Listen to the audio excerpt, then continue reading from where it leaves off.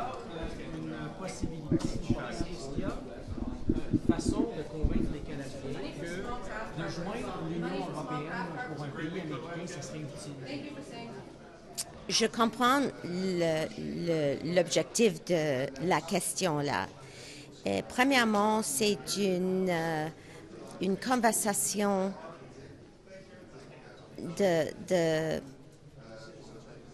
d'avoir plus de pensée, plus de discussion. Mais ce n'est pas une question pour nous de joindre, c'est une question pour nous. Comment est-ce que nous pouvons diversifier notre économie? Comment est-ce que nous pouvons bâtir nos chaînes d'approvisionnement?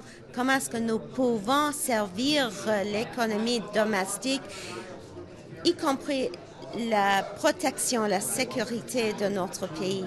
Donc, ce sont des objectifs importants pour notre pays, comme vous avez vu dans notre mise à jour économique hier. Donc, c'est un différent point de vue maintenant pour nous. C'est une question de servir les intérêts canadiens. Ça, c'est la question. Donc, des liens plus étroits, mais pas nécessairement devenir membre. Ça, ce n'est pas l'objectif pour nous comme Canadiens. L'objectif est de comment est-ce que nous pouvons utiliser notre diplomatie et nos intérêts, nos relations internationaux pour servir les intérêts domestiques. Donc, c'est canadien. Comment est-ce que nous pouvons pousser les intérêts canadiens sur l'étage mondial? Et ça, c'est mon objectif, de continuer de faire ça. L'Union européenne, pourquoi c'est pas notre objectif de faire partie de l'Union européenne? On serait peut-être les bienvenus. Mais nous avons déjà trouvé des moyens où on peut servir économique domestique. Par exemple, nous sommes dans le SAFE, par exemple, pour nos entreprises. Nous sommes là avec le CITA. Ça, c'est un autre moyen où on peut pousser nos intérêts domestiques. Donc, c'est une question partout dans le monde. Comment est-ce qu'on peut servir nos intérêts domestiques? Et je sais que le Premier ministre pense sur cette question. Souvent, moi, c'est la même chose. C'est une question d'utiliser nos intérêts, nos relations internationales pour nos intérêts domestiques. Mais il se sent européen, le Premier ministre. Il a dit qu'il se sent européen. Pourquoi pas être européen dans l'Union européenne? Je ne comprends pas. Pourquoi pas demander à faire partie de l'Union européenne? Mais c'est là maintenant les intérêts communs maintenant de continuer de bâtir nos relations, mais ça c'est le cas avec plusieurs pays partout dans le monde et on va continuer. Vous avez vu déjà que nous avons signé des ententes, entente après entente avec des autres pays. Donc c'est une méthodologie, ce n'est pas seulement avec l'Union européenne, c'est partout dans le monde. Et vous avez vu le progrès et vous allez continuer de voir le progrès comme ça. To that point, though, I mean, there's a lot of chatter out in the ether about cuts at global affairs, right? Like, how are we doing all those things, making those relationships? If you're cutting within the department, and in some cases cutting very senior people, you know, that had that expertise, have those relationships. I wonder if you could clear that up a bit about what's being cut and its impact on delivering on foreign policy. So more than 80% of our programming is continuing as it has been doing so, and we are able to deliver in that vein. And so we are at the same time needing to assist the entire government to deliver on the fiscal promises on which we ran and on which we were elected. And so to a very large extent, it's about continuing to deliver, and as I said, we're doing that with over 80% of what we had been utilizing monetarily. And That means continued programming, including in the development space, where many countries internationally are either cutting back or completely eradicating their international development programs. We are not. We have continued to put forward humanitarian aid, Cuba, Haiti, Lebanon, Gaza. Those efforts are going to continue.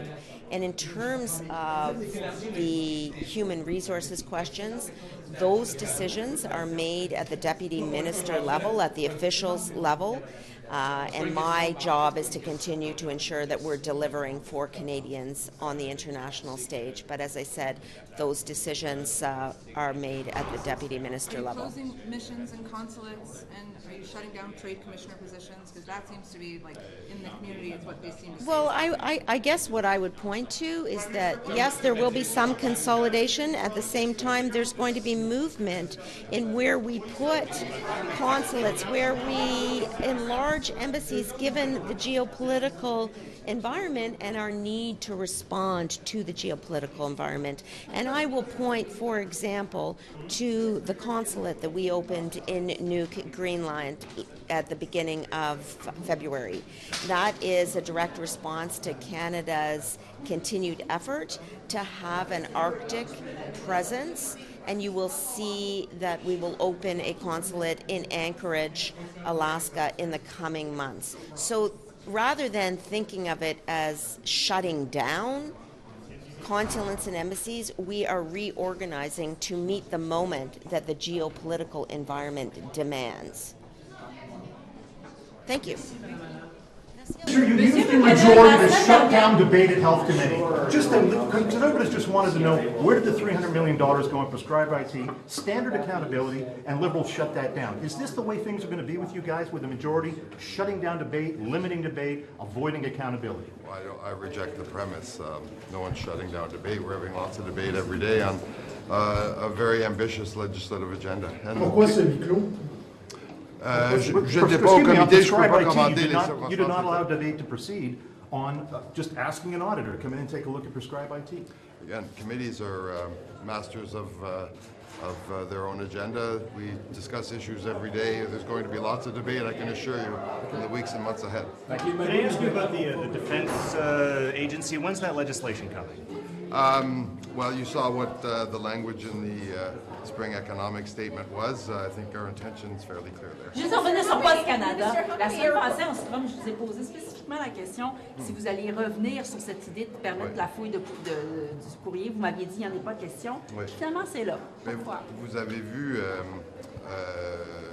comme exemple, dans le dossier de l'accès légal, on est revenu sur notre proposition initiale et je pense que c'est ce que l'énoncé économique aussi indique qu'on va revenir dans une forme. Oui, mais vous nous aviez dit que vous n'aviez pas l'intention de revenir sur les décisions prises par le Parlement. Voilà, donc ce libellé-là n'a pas été retenu, donc on va revenir avec un libellé différent. Comment on peut suivre Minister, en how parole? many airports is the government thinking of privatizing? We're in the early stages of a process with airport authorities and other partners to determine the best way forward. The ultimate goal, of course, is to improve the passenger experience, to improve the efficiency of our air transport system. This is something that we've been working on for some time. I continue to work on as well with NAV Canada, with CATSA. The ultimate goal here is to improve passenger experience and to keep air travel affordable for Canadians. Are you going to use that money to fund the Canada Strong Fund?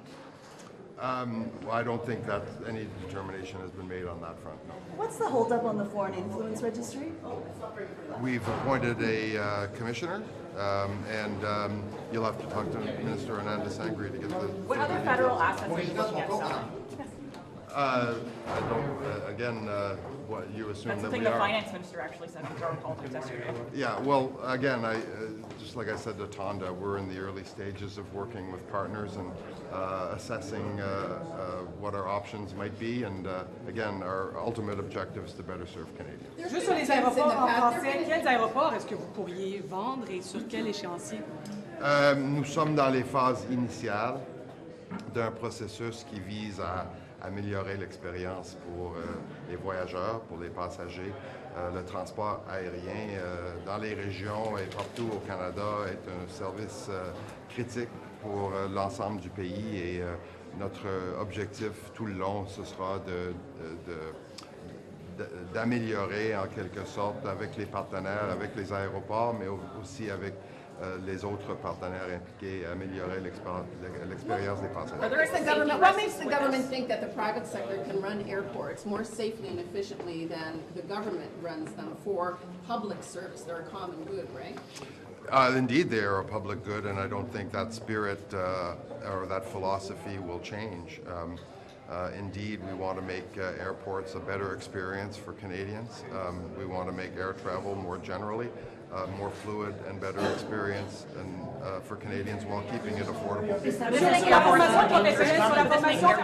la formation professionnelle, qu'est-ce que vous répondez au Québec qui s'inquiète de l'empiètement dans un champ de compétences provincial? Je leur dis que, comme dans bon nombre de champs de compétences, que l'on va continuer à travailler avec eux pour trouver une formule de financement qui vise à atteindre les objectifs que nous sommes fixés.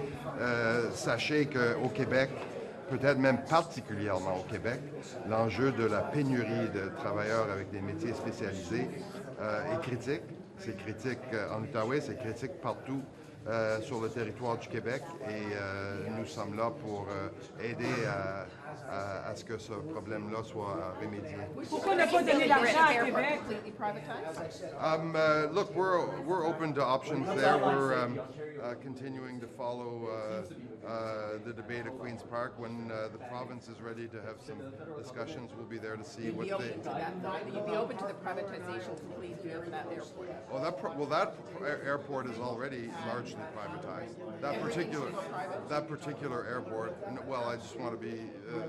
want you to be, perhaps, Tonda, very careful with how you characterize it. That airport is currently owned by a private owner. The land is not, as is the case with most, if not all, airports. But that airport and its operations are currently in private hands. Juste revenir sur cette question, quand on veut rendre l'expérience meilleure pour les passagers, qu'est-ce que ça veut dire et en quoi une éventuelle privatisation viendrait aider ça? Est-ce que c'est vraiment ça la solution? Quiconque qui voyage et voit les meilleures pratiques peut facilement identifier des endroits au monde où l'expérience des voyageurs est faite plus efficacement, de façon plus lisse. Pour les passagers, il y a des bonnes pratiques. Le Canada excelle dans certains domaines, mais dans d'autres, il y a place à l'amélioration. Mais faut-il passer par le privé pour ça? Je veux dire, pourquoi ne pas lisser vos propres pratiques? Ben, c'est ce que nous sommes en train de, justement, d'évaluer. Oui, merci. HealthTech disclosed that you said to them during their meetings this week that non-line harms bill is coming this spring. Does that mean that you're getting closer on a decision on how you want to approach this? I said we're working on it. Okay. Yeah, I said we're working on it. So there's no guarantee that's coming before this? I'm not going to guarantee anything. I can guarantee you that we will be taking care of making sure kids are kept safe. That's for sure. The timing of an introduction of a bill isn't something that I'll be sharing with you today. That's for sure. When it comes to provinces trying to regulate the space of social media for kids and AI chatbots for kids, is that a job that's better done by the federal government for a national standard across the country for the safety of children? It's a really good question, Tonda. Certainly, the federal government can't regulate the educational system, and that's where provinces have to step up, and we've seen some stepping up. I spoke to Wab over the weekend. There's work to be done on both ends, but he's very eager to protect kids in Manitoba, as am I. I think there's definitely at some point there has to be some coordination at the federal level and some real action taken by the federal government in its jurisdiction. But this is a shared jurisdiction, and both levels have to be doing their jobs to make sure kids are kept safe. The shared jurisdiction on the federal side, where do you see the federal government's role? Well, in a number of levels. One, when it comes to protecting kids, that is both our jobs. When it comes to things and matters that are distributed over the internet, it's clear that is a role played by the federal government. When it comes to regulation of social media, again, a jurisdiction that is assumed by the federal government, whether we're talking about moratoriums or the proper regulation of of egregious online harms, and that's stuff that we're frankly a couple years behind in regulating, as we see other jurisdictions like Australia, like Britain, like France taking action. So we need to take action as well. Québec se plaint d'un possible empiètement sur toute cette histoire de saut rouge qu'on va financer avec le budget 5 milliards de dollars. Minister LeBlanc, trade negotiations must be going badly. Je comprends, Hélène. Empiètement, c'est sûr qu'avec Québec, on va devoir avoir une entente avec Québec là-dessus. La porte est grande ouverte, par contre. Donc, il n'y a pas de crainte à y avoir, c'est ce que vous dites, vous allez vous la entendre. crainte, c'est de ne pas agir. Là, je pense que la porte est grande ouverte. Le premier ministre lui-même l'a signalé avec Mme Fréchette la semaine dernière. On est prêt à conclure des ententes, mais c'est sûr que c'est une juridiction qui est différente avec Québec, comme on le sait très bien. Et puis, si on peut travailler ensemble pour s'assurer que les gens qui veulent avoir accès à des métiers plus spécialisés, avec l'aide du gouvernement fédéral, il faut avoir une entente avec le Québec. Sur la possibilité, M. Miller, est-ce que c'est avec des conditions, ces ententes-là? On travaille ensemble. Sur la possibilité vous êtes le premier à le savoir. Non, je comprends, mais la possibilité d'élargir les crédits d'impôt pour le journalisme. Oui. Quel genre de consultation pour la population? Pas mon opinion personnelle. Comment vous voulez consulter la population? C'est pas une question, en fait, c'est pas une question de si, mais vraiment de comment. On sait que les médias journalistiques imprimés, c'est différent que l'audiovisuel et la radiodiffusion. La définition de ce qu'est un journaliste peut être différent. L'emblée, l'apporteur, je pense, c'est l'intérêt du ministre des Finances. Donc, comme l'a dit M. Champagne, c'est pas une question de si on va le faire. C'est très clair dans l'énoncé économique qu'on va le faire, mais vraiment de comment le mettre en œuvre. There's no new...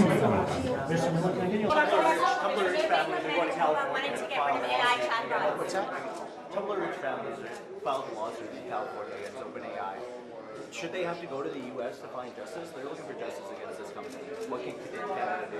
Well, first of all, our thoughts are with the families at Tumblr Ridge, and and how they find justice. Obviously, the company's located there. That's their decision on the legal side. But obviously, we are pursuing from our end to make sure that citizens are protected. This is why the AI Safety Institute is currently, as I said, working with OpenAI to assess their safety protocols. And as I said, all options are on the table when we come back on that. When it comes to online safety, Ontario is moving in the same vein, seems to be moving in the same vein as Manitoba when it comes to banning for kids. Should the federal government My colleague Mark Miller and I are looking very closely at all options on the table, including at how to regulate online harms. And you can talk to Mark Miller about that, but absolutely, we are looking closely on that, and there's options on the table on that too. What's the say about the technology of AI that provinces want to ban it from children because they think it's so dangerous? Well, look, we've seen I have 2 kids, and we've seen the impact of social media on kids. And I think there's real data that parents are asking governments to take some kind of action. What that action is, where the regulation will come, we are looking at lots of different options on the table, but we know that the impact of social media and AI chatbots are the same. We're looking very closely at that. That's why we're in very close contact with the AI companies, and we are looking very closely to make sure our #1 goal is to protect kids and to protect citizens and to make sure this technology is a benefit to society. And you are going to see that we're going to come forward with different options on the table, as you'll see. Are you shirking your responsibility? Are you shirking it? I mean, you've been saying that you've been doing something for quite some time now. The people of Tumblr Ridge came to the federal government. They want you to take action. You haven't taken action. The Europeans have had AI regulations for more than 2 years. Canada has not. Canada initially joined the Europeans. Where is the regulations for AI? Yeah, so first of all, we are taking action. We have the AI Safety Institute looking very closely. Before you take action, you have to understand, just a second, if I may. We have to understand exactly what these companies are doing with these new technologies on AI chatbots, and we are looking very closely. We know there's been a series of legislations that did not pass, and you will see soon that there's going to be legislation coming forward on privacy that I will be tabling very soon, and we are looking very closely at the online harms issue with Mark Miller. Thanks. Wayne, can you talk about the disability tax credit, how quickly that will be reformed, that process? We're on it, and it will be reformed very, very quickly. I mean, we had lots of meetings with CMA, Canadian Medical Association, that advocated for changes to that tax credit. I mean, it was onerous to begin with, number one. Doctors could fill it out only. And it was a 15, 16-page form. It took literally hours and hours for them to fill it out. They gave us a number, believe it or not, that it was almost 1 million patient visits per year that could be saved time-wise by expanding the application process. So it's a great news one. The other one I love is the CVIPT funding, the community volunteer income tax clinics. We've refunded that for the next 3 years, so it's good news. Why was the monthly amount for the disability payment increased? There have been complaints also that it's not enough to lift people out of poverty. Yeah, I happened to be on HUMA when we put through the Canada Disability Payment, if you will. We would like to see it increased at some point. We started, obviously with, I think it's $263 a month right now. I know the disability community would like to see that increase, but they're also very, very pleased that we took the initiative to do that payment. Why not now, though? Why not increase it now? Well, I think that, you look at everything across a wide spectrum of, we still have a budget, and we obviously are running deficits. But, that being said, I think we make strategic decisions as to where to best invest. But certainly the disability community is certainly, something that we care about very much, and I think overall they're very appreciative that we took that step. What should the update? Sir, they've been calling for this for over a year. What takes so long? The disability. On the tax credit? Yes. Well, I mean, it's something that we reviewed. I think there was in the spring update. The update also speaks of a review of charity doctrines. Why that's there. Well, I mean, I think the amount of charities and people with charitable status we have is, 3 or 4 times the G7 countries. So I think it is something that needs to be reviewed. We're going to, go slowly when we do that. We're working with CRA management to make sure we get that right. Why does it matter that we have so many? Minister, you used your majority. I think, I'm not sure, obviously I've been in the CRA role for just about a year now, blessed. But that being said, I'm not quite sure how we got to where we got, but I think a review is certainly necessary. Thank you. Ça me dérange pas, je suis en retard, je suis vraiment désolé, je suis en retard. C'est très bien, 5 milliards pour l'aide climatique internationale. On maintient les niveaux de la période de 5 ans précédente. La Grande-Bretagne a coupé sa finance climatique de 20 %, la France de 37 %, les États-Unis de 100 %. Donc, le Canada maintienne, c'est vraiment très bien. Et évidemment, l'argent pour la surveillance des baleines aussi, 250 millions. On ne parle pas de cible climatique, on a abandonné ce langage-là dans la mise à jour. On n'a pas de cible pour On attend toujours la finalisation de l'entente avec l'Alberta, la nouvelle stratégie sur l'électricité et ce qu'on va faire avec la tarification industrielle, bien sûr. Donc, je ne suis pas surpris en tant que tel qu'il n'y avait rien. Ça vous stresse, ça, l'Alberta? Ça s'en vient? Est-ce qu'on n'a pas eu le 1er avril?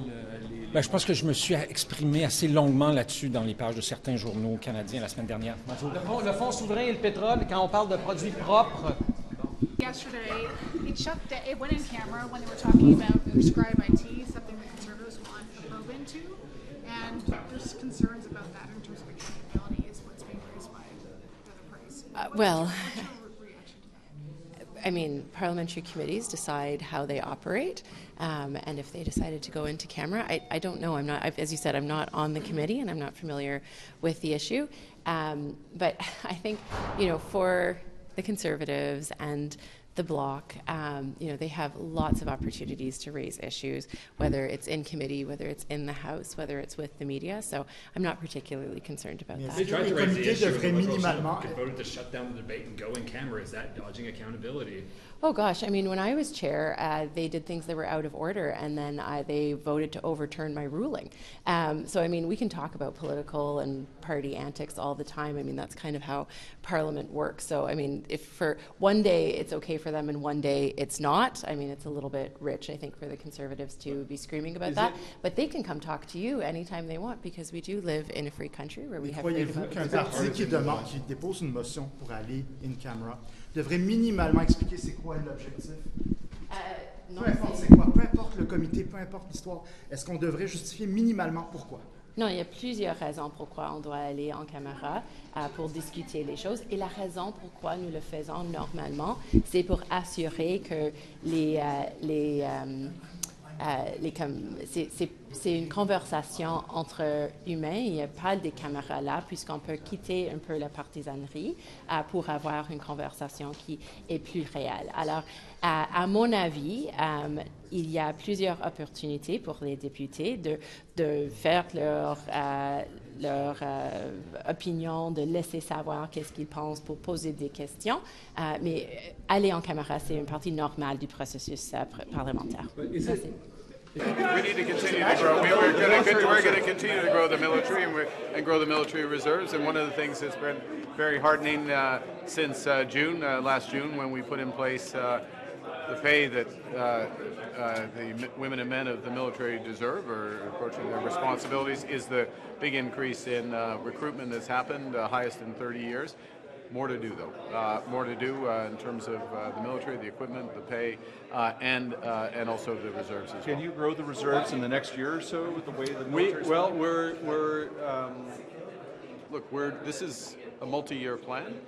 We're dedicated to executing. I'm encouraged by what's happened over the course of the last year. Our ability, we said we'd get to 2% of GDP. We got to 2%. We've got the recruitment up. We've got things in place. We're working more closely with our allies. I'll reference, for example, the work we're doing with Nordic allies and others in NATO on Arctic security. So we're making progress. We're hitting our marks, but there's a lot more to do. So I will hold me to making progress there, and we'll keep working. Are the search mail being put in a financial plan? Quick word on Armenia. You've never been there, I know. I've never been there. Why is it significant when you're going? How about searching mail? Why is it in the financial document? Ask about the disability tax credit. Sure, yeah. What do you think that the streamlining of this tax credit is going to do? Well, I think it's going to help a whole bunch of people, new people that maybe have found the disability tax credit too difficult to get. It adds certain disabilities. It also adds a number of practitioners that can provide the support to get access to the credit. And ultimately, that is what unlocks other benefits that people can access, including the disability benefit. What about, critics are saying that the monthly payment still isn't enough, that it's not pulling people out of poverty. How come there wasn't more of that? Well, look, this is, first of all, an update. It's about telling, Canada how we're doing in terms of some of the targets and fiscal measures that we've put into place already. Obviously, commenting about Canada's fiscal growth and, our relative strength in compared to our G7 partners.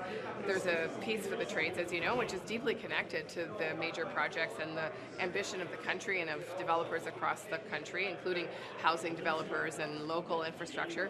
And we've responded to some of the criticisms around the access to the tax credit, which, as I said, is the piece that unlocks the benefit. That benefit is helping hundreds of thousands of people that, before the benefit existed, did not have that extra boost to their monthly income. And I think, obviously, we'll continue to talk with the disability community about how better we can support the full inclusion of people with disabilities. Thank you very much. How slow the process has been in the Senate getting this bill through, so just considering how it passed. Yeah, well, that bill, reform bill, is a very important bill, very important to the government, very important to, as a part of our ambitious crime agenda. Obviously, the Senate plays a role. Will exercise their judgment. We, hope that they always do that in an efficient way, and we'll take up whatever they send us back and do it very quickly. Budget. Sorry, the spring economic update. Sure. Yeah. Just what can Canadians really take away from the update on housing from yesterday?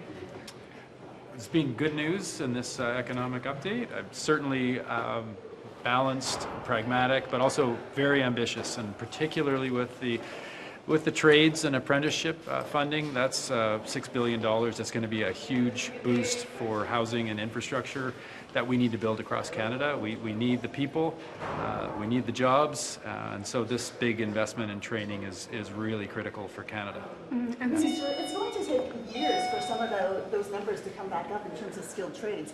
Do you support perhaps relaxing foreign workers numbers to allow more construction workers perhaps that need to be part of these major projects? Yeah, at this point, we have two approaches, one with training and apprenticeship, retraining in industries that are harder hit, and we can deploy people to build housing and infrastructure projects, but also looking at modernizing the home building industry. That's a key piece. Manufacturing in factories is the way we make it more productive. We get the benefit of all the workers we have being able to produce more homes. So those two right now are our main strategies, and you know, we'll look to the future for decisions around temporary foreign workers. And do you think there needs to be more automation, perhaps, when you talk about modernization? Like yes, when you go to yes. Asia, there's robots doing the work? Yeah, well, there's people and automation combined. When you look at Europe and Asia, almost half of the home building in European countries is now done in factories. Everything else we manufacture, everything we have is manufactured. Housing in Canada, less than 5% is manufactured. So we need to be modernizing and factory building housing components. That involves a lot more workers as well to run that machinery and training involved in that. So that's how we make the home building industry more efficient, we bring down the cost of production, and we create jobs to scale up our home building. Are you concerned at all just on the skilled trade workers that it's not going to be enough for the shortage that we have in terms of skilled trade workers? In just 100,000 people, the shortage is a lot bigger than that. Are you concerned at all about that? No, I think the investment in this economic update is meeting the moment. It will take some time, but we're also gearing up with home building to double the pace over the next decade. So we have time, we have people, we need to invest in the training, and we need to modernize the industry. Okay, thanks guys.